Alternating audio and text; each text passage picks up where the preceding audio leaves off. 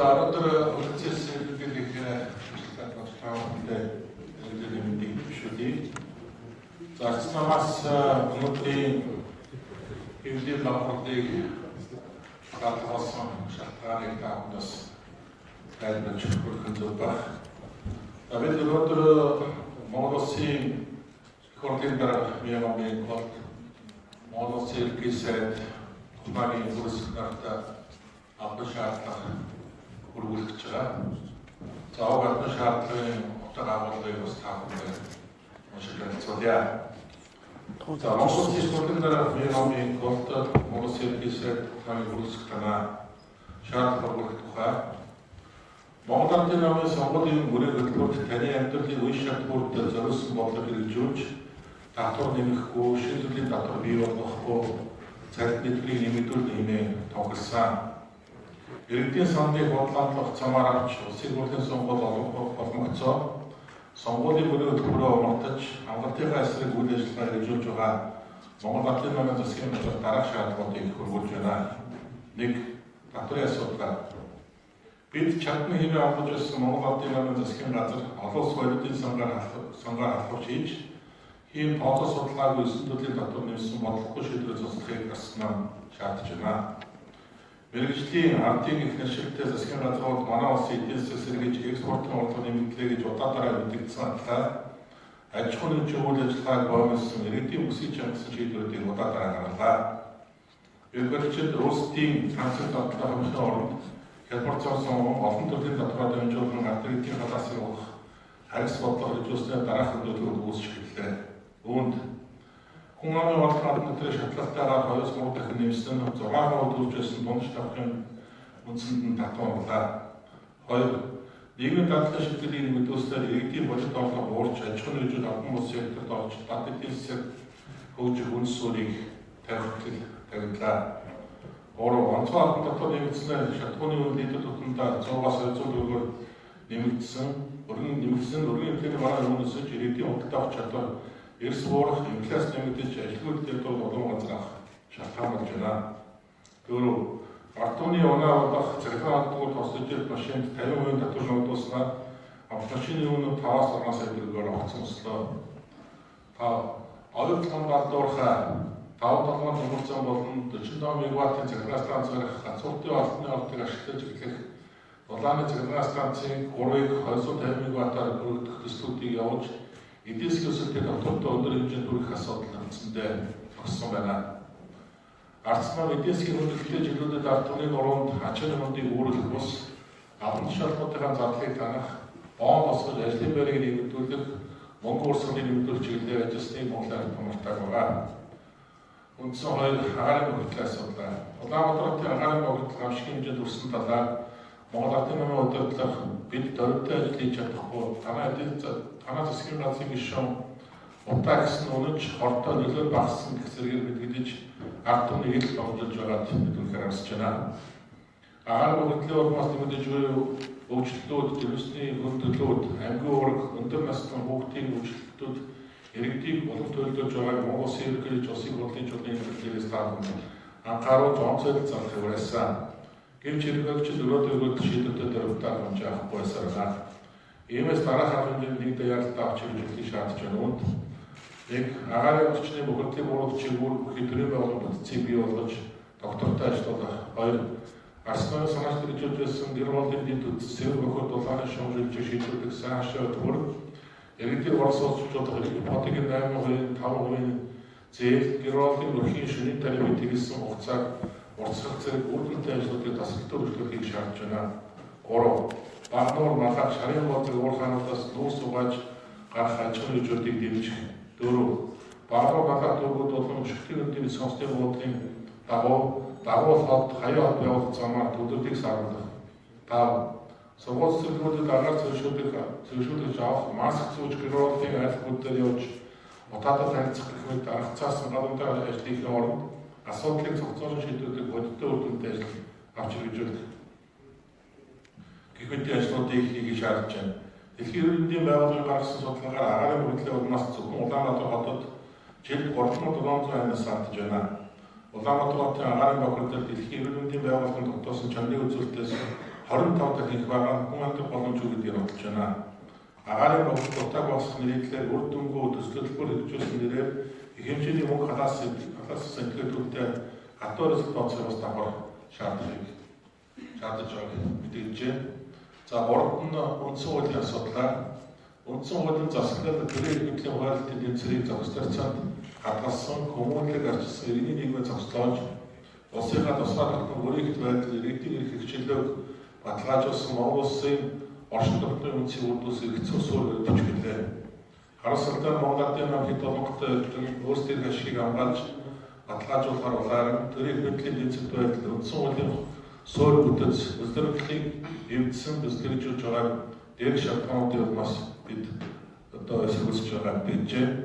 Үүнд нэг 64-аар үргэлжлсэн байж болзошгүй засгийн газар үндсэн хууль нэмэлт өөрчлөлт ёс зүйн Монгол Ардын намын 65 гишүүнтэй бүлэг үндсэн хуульд гарч ирэхгүй гэж үзэж байна. 2. Монгол улсын үндсэн хууль нэмэлт өөрчлөлт хуулийн дэслэл хэлцүүлгүүд нь зөвлөлтөг санаа асуулгын тухай хууль, үндсэн хууль нэмэлт өөрчлөлт журмын тухай хууль, ард нийтийн санаа асуулгын явуулах журмын тухай хуулиудыг зөрчсөн арга хэмжээр явуулж байгаа үндсэн хуулийн зөрчлийг үзэж байна. 3. Өөрийн намын гишүүд дэмжлэл болон төрийн хамгаалагчдыг хүчээр зөвлөлт авсан санал нийт ард түмний дуу хоолой болж чадахгүй үзэж байна. 4. Төрийн хэмжээний хуваарлтыг босгонгүй болгосон гэх төсөл нь шүүх хэмжээний тогтолцоо бусдын номуудын гаргал болгох ардын яшил хороогч 37 оны их нэмэлтийн үеийн харьц байгууллагыг сэргээж өөрсдийн хязгаарыг хуулиар хадгалахыг хэрэгжүүлсэн олонхтой төлөвлөлтөд үндсэн хууль гардаг харьцаа шуултанд дайрч байгааг эсэлцүүлж байна. Үндсэн хууль нь ард түмэн төр хоорондын хузуур харилцаа зохицуулах дээд хууль тул суур хууль нэмэлт өөрчлөлт оруулах асуудлыг бүх нийтээр хэлэлцүүлэн ард нийтийн санал асуулгыг явуулах хэлцэх төрийн ёс зүйд нийцнэ. Улсын хурлын чуулган тусалхаас өмнө 2018 оны 2 дугаар сарын 1-ний дотор энэхүү шаардлагуудын дагуу захирамжаа авч хариу өгөх тохиолдолд ард нам амлалтаас авсан засгийн газрыг огцруулж улсын хурлыг тараах хариуцлага бос туршид улсын хариуцлага хүлээх тэмцэл өргүүлэх хариуцлагатайгаар мэдээж байна. Ард түмнийг халаасыг гүйж төрн амь зүүн гэдэг готоо шиг юм аа. Ард нам үндэсний болоод ард түмний ашигыг хамгаалж ард түмний оролцоод хяналтаа хэрэгжүүлэх төлөө ажиллана. Анхаарал тавьсан баярлалаа. За энэ шаардлагуудыг бид өнөөдөр улсын хурлын дарга ерөнхийдөө даатуулна. За бид хугацаатай шаардлага тавьж байгаа. 2 сарын 1-ний дотор эдгээр үндсэн 3 асуудлыг ямар одоо арга хэмжээ авч хэрэгжүүлж байгаа асуудлаа одоо хариу өгөхийг шаардна. За 2 сарын 1-ний дотор хэрвээ энэ дасгал тавьж байгаа шаардлагыг хариу өгөхгүй, за энэ одоо тавьж байгаа шаардлагын дагуу холбогдох арга хэмжээ аваагүй тохиолдолд бид нар үндэсний хэмжээний эсвэлцлийг одоо дараагийн төвсдийн төлөв шилжиж байгаамаа. Бүх 21 аймаг төсөл дүүрэг нийслэлд бид нар үндсэндээ эсвэлцлийн жигсаал цуглаан зохион байгуулах шаардлагатай гэж үзвэл дараагийн улс төрийн одоо арга хэмжээнүүдийг авах хариуцлагагүй байгаа өрөөгийн засгийн газрыг огцруулах болмаар өнөөдөр Монгол төрнийг сонгогчдыг уурж төрийн эрх мэдлийг авсан амлалтаас орсон улсын хурлыг тараах хүртэл одоо улс төрийн хатуу тэмцлийг бол хийх болно гэдгээ энэ бас хариуцлагатайгаар мэдээж байна.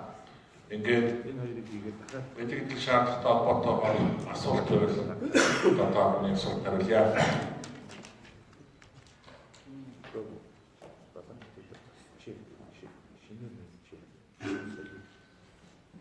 Асуулт байна. За ерөнхийдөө шаардлага ойлгомжтой бид нар 2 сарын 1-нд хариу авах, 2 сарын 1-нд хариу өгөх бид үндэсний хэмжээний томоохон эсвэлцлийн жигсаал цуглаан дараагийн улс төрийн одоо тэмцлийн хэлбэрт бол шилжих гэдгээ мэдээлэлээр дурдсан байгаа. Ингээд улс төрийн тэмцлийн дараагийн хэмжээнд орлуулнаа гэдгээс дахин хэлье. Ингээд өнөөдөр шудраг улсын төлөө ард намаас одоо эхлүүлж байгаа энэ одоо тэмцэл улс төрийн одоо акцад бас манай хэлбэрийн дэмжлэг үзүүлж өнөөдрийн энэ шудраг бас хууль бас аливаа үйлдэлтэй хамтран одоо тэмцээг тавтас бас барилгыг ингээд өнөөдрийн эвлэг байгууллагын ажилласан таамагтай баярлалаа. Тэгэхээр Монгол дэвсгэрийн нэг асуулт байна. Засгийн газраас энэ сарын 25-нд олон улсын баялагын самтай энэ асуудлаар дотроо нэмлийн асуудлаар ярилцсан гэдэг мэдээлэл өгч байгаа. Тэгэхээр Ардсан намын зүгээс олон улсын аудитын сандаас хандаж дотрын мэдээллийн асуудлаар байр суурийг илэрхийлсэн үү, ямар нэгэн хариу тайлбар өгсөн үү? Үнэхээр та эдийг хийж байгаа шиг олон улсын аудитын санд бид нар Монгол улсын засгийн газарт ийм төлөвлөлтийн татвараа нэг гэж шаардлагыг хүмүүлээг өгсөн ийм хариу тайлбар өгсөн байх юм байна.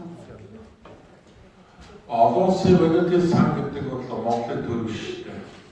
Олон улсын аудитын сан гэдэг бол зөвхөн санхүүгийн олон улсын байгууллага. Тэгэхээр олон улсын аудитын сан гэдэг нэг хадны магааг уралдаар орчгаад Монголын төр өнөөдөр одоо олон улсын аудитын сангаас тавьсан шаардлага гэдэг нэрийн доор одоо өөрсдөө сонгуулийн одоо мөрөдөл амлалтаас 100% ухраа өчнөө олон төрлийн татвар нэмэгдэж байгаа асуудлууд энэ бол өөрөө шууд усуулаа. Бид бол олон улсын аудитын сангад яг шаардлага байхгүй. Өнөөдөр Монгол улс үндсэн хуультай, төрөлтэй, засагтай бие даасан тусгаар болсон. Олон улсын аудитын сан гэдэг гадны байгууллага орж ирээд Монголын төрийн үйл ажиллагааг чиглүүлдэг, залдаг тийм үндсэн хуулийн залтан байхгүй. Тийм учраас бид бол өнөөдөр олон улсын аудитын сангийн ямар нэгэн оролцоотой үйл ажиллагаанд бид оролцох шаардлага байхгүй. Бид бол өнөөдөр Монгол төр өнөөдөр улсын хурал засгийн газар үндсэн хуулийн хүрээнд үйл ажиллагаа явуулах ёстой. Аль нэг нь олон улсын аудитын сангийн заавар зааварчилгаагаар явуулж болохгүй. Ер нь олон улсын аудитын сан гэдэг хадны хамгаагийн нэрийг барьж ард түмнийгээ гаргаалаа гараа ярьдаг энэ одоо үйл явдалтай настай үйлрэхгүй гэдэг нь хатуу хэлбэр. Яг энэ чиглэлээр бас манай анхаарал шин тавьдаг. Одоо сайн аудитын сантай юу гэж байгаа хөтөлбөрийн үндсэн нөхцөлийг Монгол Улсын засгийн газар өөрөө санд болгосон. Аудитын сангийн хувьд ерөнхийдөө татвар ерөнхий утгаар татварын орчныг сайжруулах тухай ярьж болохоор онцгойлон одоо 7 төрлийн татварыг нэр зааж нэм гэж аудитын санд хэлээгүй. Энийг бол засгийн газар хөтөлбөр хамгаалахаас өмнө өөрсдөө дотоод нөхцөл байдлаар тооцох хэрэгтэй байсан. Ганц жишээ энэ татвар ямар сөрөг үр дагаврыг Монголын ард түмэнд иргэдэд төрөх гэж учраад байна. Зөвхөн хадгаламжийн татвараас хүү авдаг байна. Үрх гэрүүдэд 136 тэрбумын олдог болооч.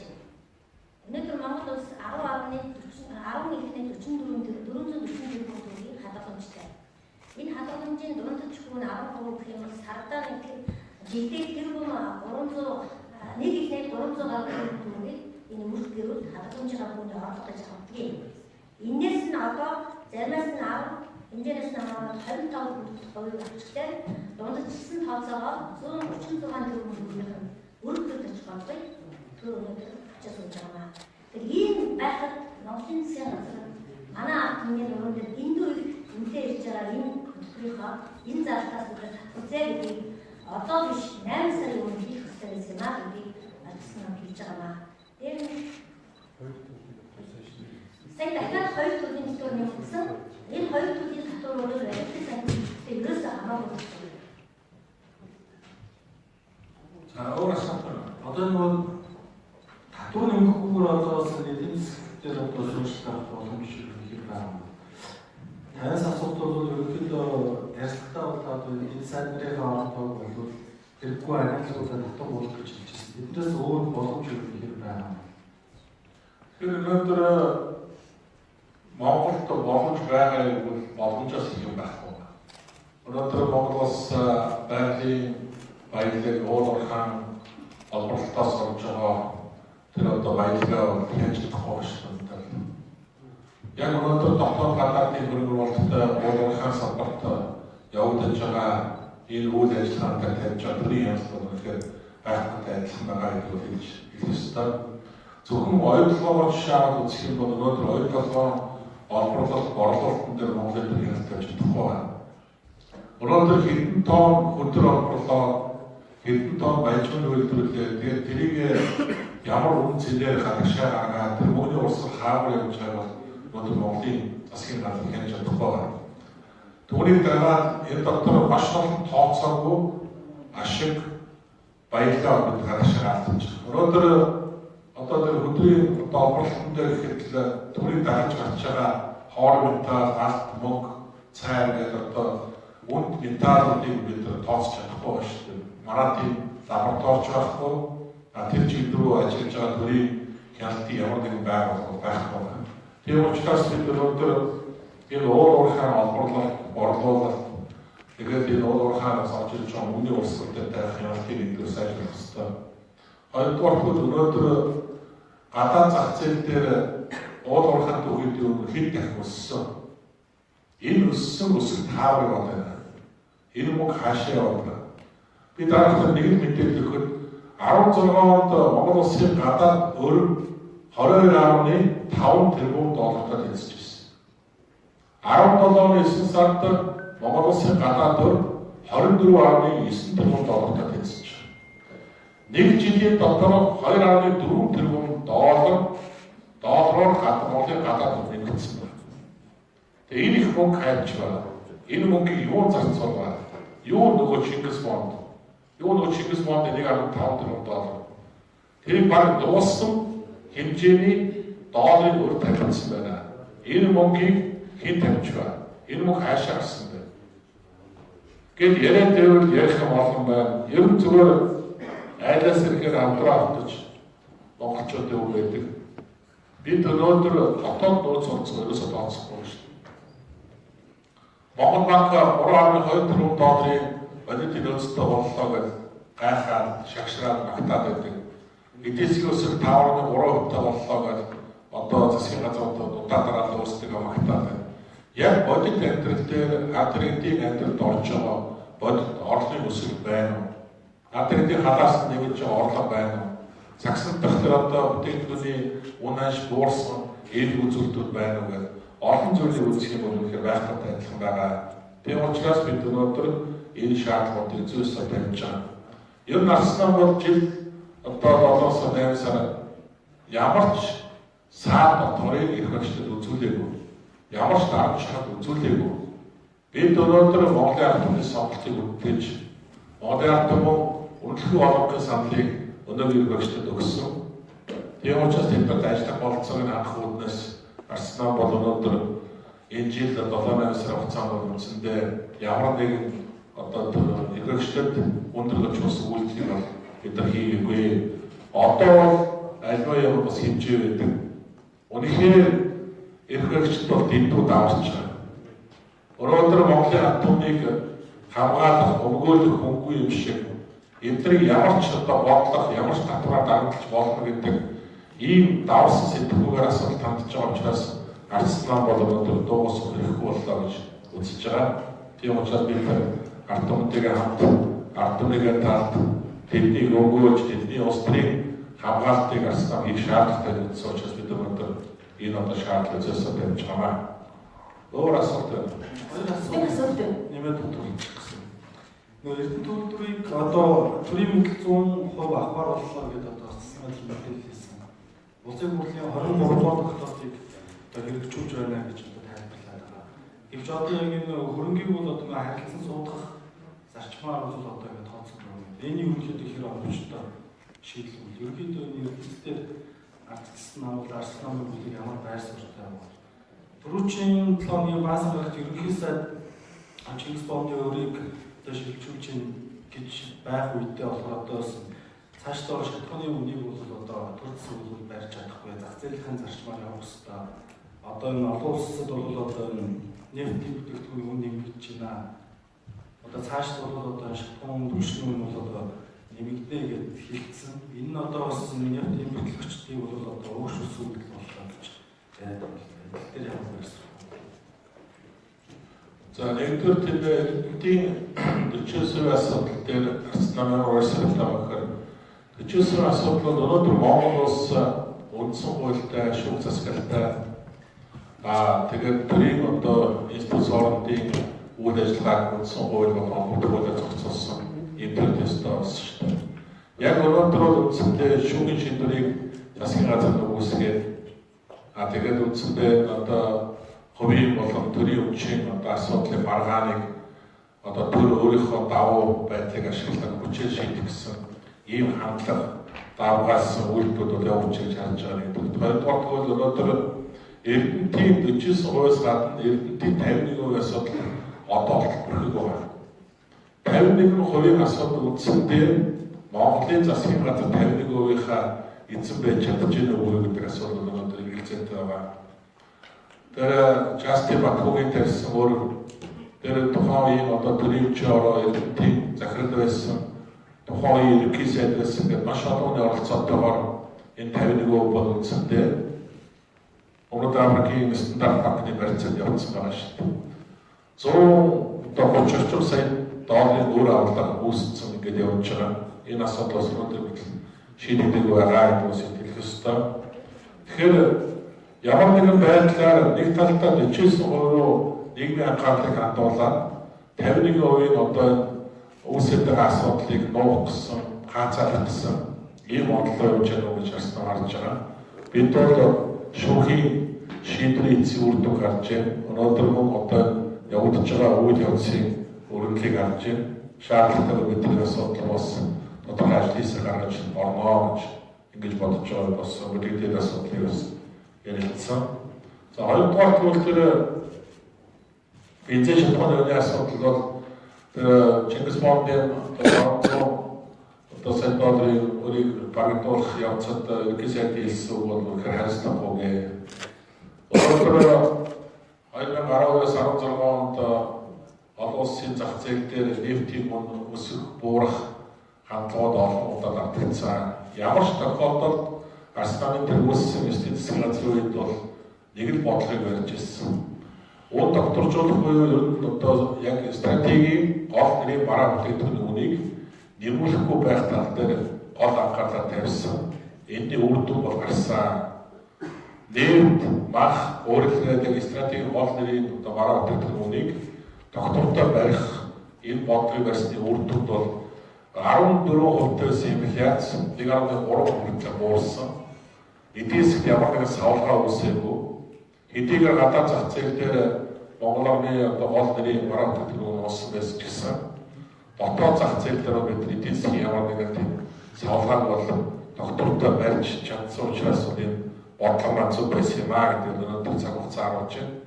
Тэгээ одоо суур бас нефтийн үнийг одоо зохицуулж чадахгүй, зах зээлээ зарчмаар яваа гэдэг ийм үг хэлж байгаа ерөнхий сайд цаашдаа Монгол орны эдийн засгийн доктортой байдлыг бол хангаж чадахгүй нэ гэдэг бол ил тоо зарлсантай адилхан ийм мэдээлэл хийсэн гэж бид харж байгаа. Манайхан нэмж бүрдэж.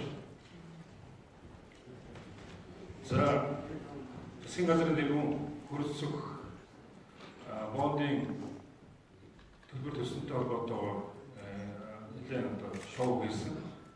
Тэр юм за гадаадаас авахд бол автогийн засгийн газар авсан, хөрсөхийн засгийн газар төссөн гэдэг ерөөсөө яриа байхгүй. Монголын засгийн газар авсан. Тэр энэ одоо арга хэмжээ жишээ нь одоо Жоноос зээл авчаад буцаага Жааны мөнгөөр төлж байгаагаа одоо гайхамшигтай зүйл гэж ярьж байгаа болохгүй. Энийг дотоод их усрээс эдийн засгийн хоригдлаасаа төлсөн бол хэлхий даяар нэр хүнд өсөх байсан юм аа. Гэтэл хин нэгэн гадаад хүний мөнгийг нөгөө хүний гадаад хүний мөнгө авсан зээлээр төлчөөд тэрнийгээ одоо гайхамшигтай зүйл гэж ярьж байгаа нөгөө үнээр одоо хариуцлагагүй зүйлээ гэж арснаа сонсож байгаа. Түрүү сэтгүүлч асуужсэн энэ дэцэд оронтой хасах зэрэг эдийн засаг хэмжээнд хийх дотоод бодлогыг байгаа юм байна.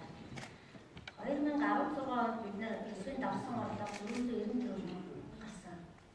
Энийг хөрөнгөлөөдөөгүй энийг ирээдүйн 500 одоо саяны төлсөн 500 сая ам долларын төлбөрт зориулж хадгалаагүй төсвийнхаа зардлыг хэмээн үдээд харсан. Сая 2017 онд дахиад 560 төгрөг мэха давсан нэмсэн орлогоо бас дахиад тодтол ирээд харсан. Тэгэхээр энэ юу харуулж байгааг бол энэ засгийн газар Монгол улсад юм зөвхөн үүсгэх ирээдүйн үр төлбөрөөс хорогдуулах гэдэг бодлого ерөөсөө явуулах байна гэж байна.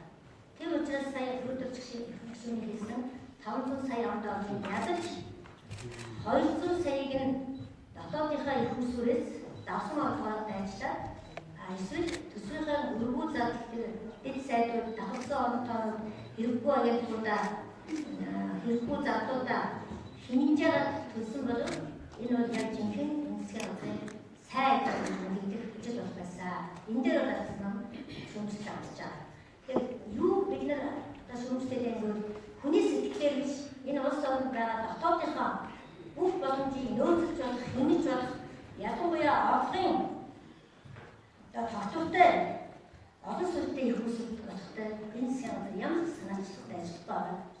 байна.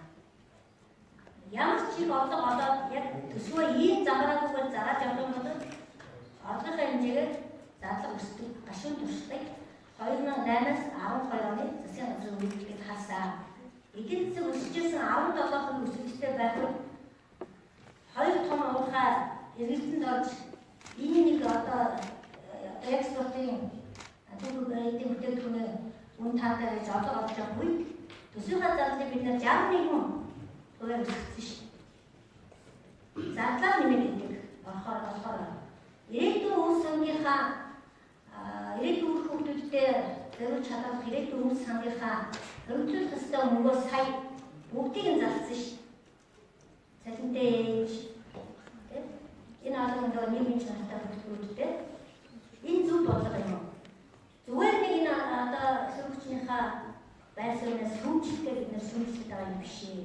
Энэ улс орны эдийн засаг, энэ улс орны ирээдүйн зөв хөгжлийн тогтолцоогоо өснөөлөд байгаа энэ буруу үгдийг бид нэр бодтойгоор тоо баримттайгаар сүмжлээд байгаа гэдгийг та бүхэн ойлгож байгаа хаа. Энэ бизнес тоо баримтуудын араас та нар бас сайн одоо сурвалж ирж буруу зүйлийг зөв хайцуулж байгаа нийгмийг зөв мэдээлэлээр хангах дээр манай зөв мэдээлэл бас хамтарч ажиллах байхаа гэж найдаж байна. Энэ явчихсан намайг өнөөдөр тавьж байгаа шаардлага бол ард түмний дунд нийгэм гадуур байгаа бохомдлуудыг удамжил гаргахгүй төлөө тэгээд ард түмний эрхшгийг засгийн газрын хуулиар дамжуулан хэрэгжүүлэхийн төлөө шаардлага гэж манай сэтгүүлч бас манай гандууд бас програмын сэтгүүлчдтэй дэргэдтэй нэгэн ойрхон байдаг учраас ард түмний тавьж байгаа шаардлага бол ард цайгүй зайлшгүй бас явахтай шаардлага гэдгийг ойлгож байгаа. Хоёрдугаар нь 25-нд олон улсын боловсролын сантай хилэлцээр ороход ардчилсан намын засгийн газарт дэмжлэг үзүүлж байгаа илэрхийлэл гэж ойлгодог. Ард түмний дуу хоолой болж байгаа ард түмний хувьд энэ шаардлагуудыг засгийн газраар дамжуулаад хилэлцээр ороход одоо бэлтгэж өгч байгаа дэмжлэг гэж ингэж ойлгож хилэлцээрээ өргөнтэй явуулж ноон дахуудаа бууруулах юм ажиглал ард түмний одоо дэмжлэг таах нэг зүйл. Нийгмийн бүхэндээ байгаа ойлгож байгаа. Зохиолоор бүхэндлийг зогсооцсон байна. Энийг та нар харж байгаа. Одоо гадна талаар төвчрэл байгаа шүү дээ. Яагаад? Утаатайгаа тэмцэх асуудал дээр сүрсэн засгийн газар ханиа утаа хоёроос хүний хүүхдээ хамгаалж байгаа маягаар сургуулийн хичээлдэх хугацааг 8 сар хичээлдэг хугацааг үндсэндээ 2 сар зогсоочтой шүү. 100% одоо 5-р 6-р 100% одоо спортын програмаа хизээ авах 25% авч чадахгүй байдлаар оруулж байгаа. Тэгээ энэ нь нэгдүгээр нь ханиаднаас бодлого сэргийлж байгаа байдалтай нөгөө талдаа гадны бодомжит төвчл бүгд бодомжит болж байгаа зохиолдоор зогсоож байгаа энэ зүйлээ онцгой анхаарал тавиад тодорхой шийдэл гаргаад явах ёстой ш. Нэрийн хөдөлгөөн нөгөө хүүхдүүд сурах боловсрол эрхтэй гэдэг нь эрхийн хязгаарлагдсан.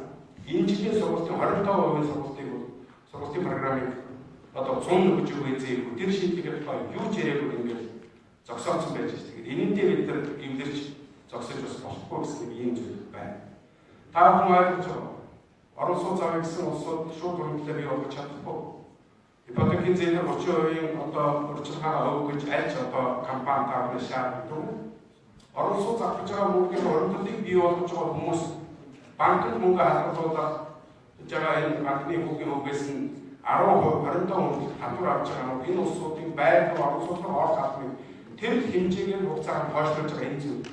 Энийгээ бодож тэр улсууч байртаа хүүхдийн сургуулийн төлбөрийг нэг дор төлж чадахгүй. Тэр учраас энэ хүүхдээ дээр сургууль сургая. Хүүхдээ эрүүл нөхцөл байдал танай хамаа улсын үндсэн зовлон туссан үед би эндээсээ авсан тэр хүмүүсийн засгийн газраар хөнгөлж хийж чадахгүй байх нь иргэн өөрөө хөдөлгөөлөд өсөө гожуулаад хичээлсүүд хөнгөлж хийж байгаа энэ мөнгнөөс шууд одоо 10-20% татвар авах гэдэг энэ улсуудын одоо иргэдийн төлөө хамтдаа хөгж хамтдаа зөвлөх гэдэг энэ асуудлаас энэ засгийн газар бодчихно гэсэнтэй адилхан Брус машины татвар байж байгаа. Татварыг 50% хөнгөлж байгаа нэрээр 50% нэмсэн. Одоо нөгөө орлого багтай дундаж одоо амьдралтай орлоготой энэ айлууд автомашин болцоо байхгүй. Дахиад 5-6 сая төгрөгийг шууд засгийн газар тэр улсуудаар ачаа өргүүлээд авах.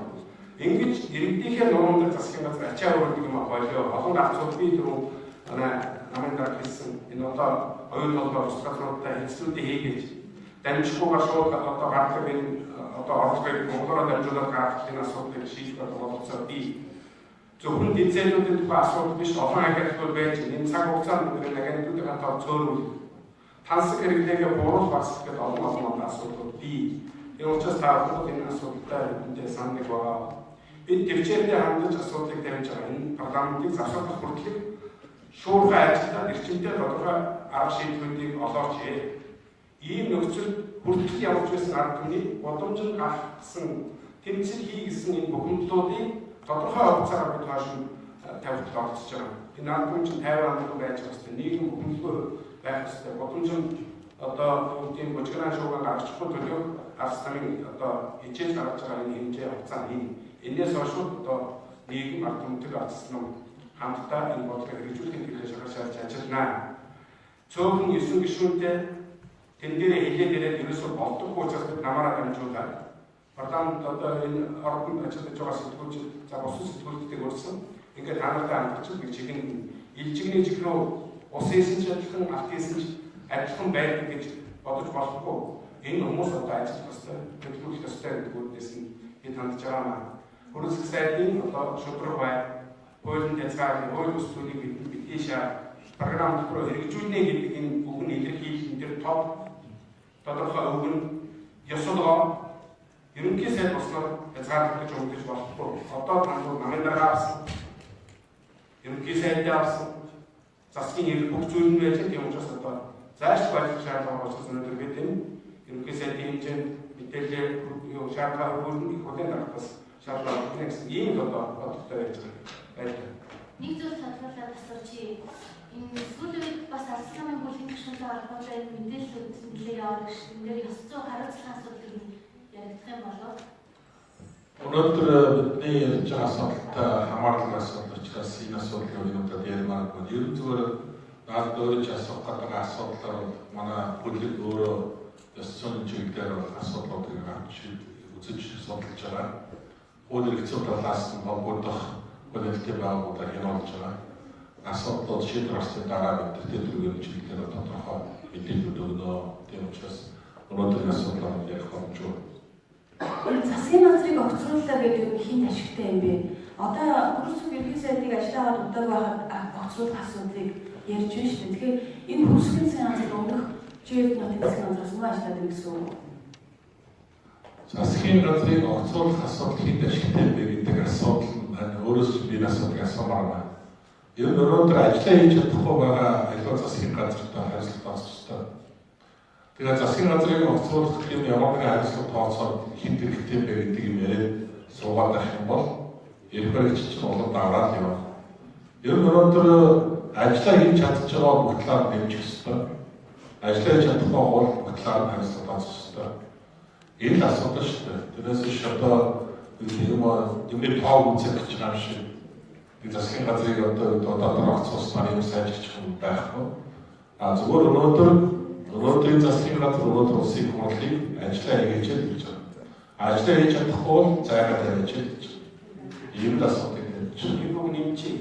Ийм амсан хөтөлбөрөөр илүүлээрээс айхгүй. Ард түмэн шаардлага бухимдаад энэс айхгүй. Ардчилсан сөрөг хүчин шаардлага энэс юус айхгүй.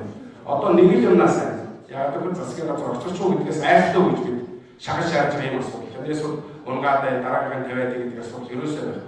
Одоо нэг хадны мангаа гэж айлгадаг шиг бүр аргаа ороод бид засгийн ч огцруулсан шүү гэж шахаж хийж нэг жаахан ард түмний гэдэг юм хийх гэж авъя өдөөрөө. Та нар санал нэг байна. Ер нь бол шаардлагатай засгийн газар ажиллаж чадахгүй засгийн газрыг бол огцруулах гэхээр явна шүү дээ. Ер нь тэгээд цаашдаа бид бол Арсланы байр суурийг харж байгаа нийгэмд 65-аар гарч ирчихээ 2016 оны улсын хурлын бол ордын сонгуульд төвшүүлсэн мөрөөдлөөс орж байгаа өнөөдрийн олонхын одоо урд улсын хурлыг бол таах хөтөлбөрөд хийснэ гэж бодож байна. Өөр асуудал. За өөр асуудал бол ингээд та бүхэн цаг зав гаргаж ирсэн баярлалаа. Та бүхэн ажил амжилт хүсье баярлалаа.